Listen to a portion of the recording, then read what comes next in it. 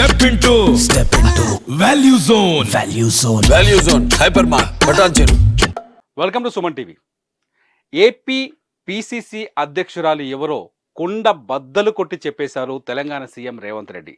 షర్మిలని తీసుకుందే కాంగ్రెస్లోకి, షర్మిల పార్టీని కాంగ్రెస్లో మెర్జ్ చేసిందే ఏపీలో రాజకీయం చేయడం కోసం అనే విషయాన్ని చెప్పకనే చెప్పారు రేవంత్ రెడ్డి. నేను ఒక టీవీ ఛానల్కి ఇచ్చిన ఇంటర్వ్యూలో చాలా విషయాలను వెల్లడించిన రేవంత్ రెడ్డి చాలా స్పష్టంగా చెప్పారు, ఆంధ్రప్రదేశ్కి కాబోయే పిసిసి అధ్యక్షురాలు ఎవరో కాదు షర్మిలనే అని చెప్పేసి.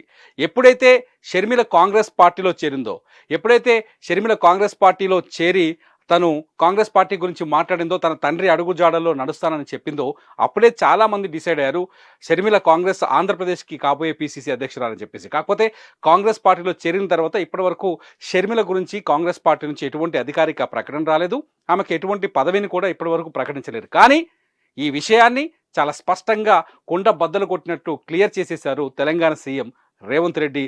షర్మిల ఆంధ్రప్రదేశ్కి కాబోయే పిసిసి అధ్యక్షురాలు అని చెప్పేసి క్లారిటీ ఇచ్చేశారు. అయితే నిన్న మొన్న కొత్త స్పెక్యులేషన్స్ కూడా తెరపైకి వస్తున్నాయి.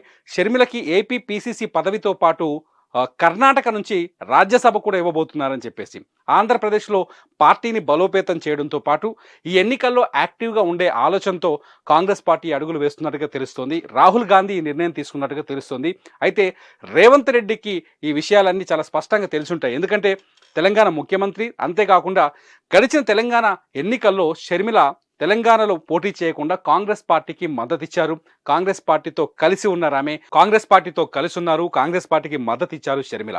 అయితే కాంగ్రెస్ పార్టీకి మద్దతు ఇచ్చినప్పటికీ కూడా ఆమె తెలంగాణ ముఖ్యమంత్రి రేవంత్ రెడ్డి ప్రమాణ స్వీకారం చేసిన రోజు షర్మిల వెళ్ళలేదు. అంతేకాదు షర్మిల కాంగ్రెస్ పార్టీలో చేరే రోజు కూడా ఢిల్లీకి తెలంగాణ కాంగ్రెస్ నాయకులు వెళ్ళలేదు. ఎందుకంటే షర్మిల తెలంగాణలో ఉంటారా లేకపోతే ఆంధ్రప్రదేశ్లో ఉంటారనే ఒక కొంత సందిగ్ధం అయితే అప్పట్లో క్రియేట్ అయింది. ఆ సందిగ్ధానికి చాలా స్పష్టమైన ఆన్సర్ ఏంటంటే, షర్మిల కాంగ్రెస్ పార్టీలో చేరిన రోజు ఆమె వెనకాల కానీ ఆమె చుట్టూ ఉన్న వాళ్ళంతా ఆంధ్రప్రదేశ్కి చెందిన కాంగ్రెస్ నాయకులే. కాబట్టి ఇది చాలా స్పష్టంగా అర్థమవుతుంది. ఈరోజు రేవంత్ రెడ్డి కూడా చాలా స్పష్టంగా చెప్పారు, షర్మిల తెలంగాణ ఆంధ్రప్రదేశ్కి కాబోయే పిసిసి అధ్యక్షురాలు అని చెప్పేసి. ఇది చాలా అర్థమైపోయింది.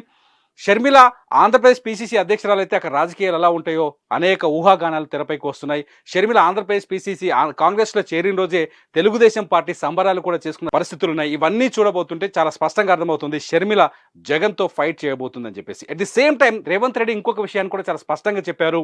ఆంధ్రప్రదేశ్ ముఖ్యమంత్రి జగన్మోహన్ రెడ్డి కనీసం కట్టసి కూడా తనని విష్ చేయలేదని, కాల్ చేసి చెప్పలేదని చెప్పేసి చాలా స్పష్టంగా తన మనోగతాన్ని పంచుకున్నారు. అంటే ఎప్పుడైతే షర్మిల కాంగ్రెస్ పార్టీకి మద్దతు ఇచ్చిందో, ఎప్పుడైతే షర్మిల కాంగ్రెస్ పార్టీలో తన పార్టీని మెర్జ్ చేయబోతుందో, ఈ విషయాలన్నీ ముందే తెలిసిన జగన్మోహన్ రెడ్డి రేవంత్ రెడ్డితో కూడా దూరం పాటించే ఆలోచనలో ఉన్నట్టుగా ఉన్నారేమో అనే ఆలోచనకు వచ్చారు రేవంత్ రెడ్డి. ఆ విషయాన్నే బయటికి తీసుకొచ్చారు. సో రేవంత్ రెడ్డితో వైరమే ఉన్నట్టుగా జగన్ ప్రవర్తించారని చెప్పేసి అనుకుంటున్నారు ఎప్పుడైతే రేవంత్ రెడ్డి వ్యాఖ్యలు చేశారో రాజకీయ విశ్లేషకులు. చూడబోతుంటే రేవంత్ రెడ్డి చాలా స్పష్టంగా ఇంకో మాట కూడా చెప్పారు. ఆంధ్రప్రదేశ్కి తెలంగాణకి మధ్య ఒక సోదర భావజాలం ఉంది. ఆంధ్రప్రదేశ్ విడిపోయిన ఆంధ్రప్రదేశ్కి తెలంగాణకు మధ్య కొంత వివాదాలు కూడా ఉన్నాయి, అవి కోర్టులో నడుస్తున్నాయి. ఆస్తుల వివాదం కావచ్చు, విభజన సమస్యలు, చాలా వివాదాలు, చాలా సమస్యలు ఉన్నాయి.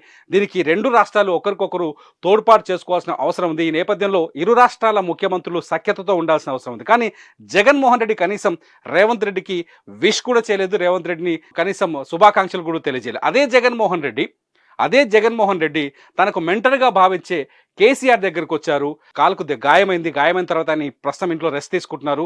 కేసీఆర్ దగ్గరకు వచ్చారు, కేసీఆర్ని పరామర్శించారు.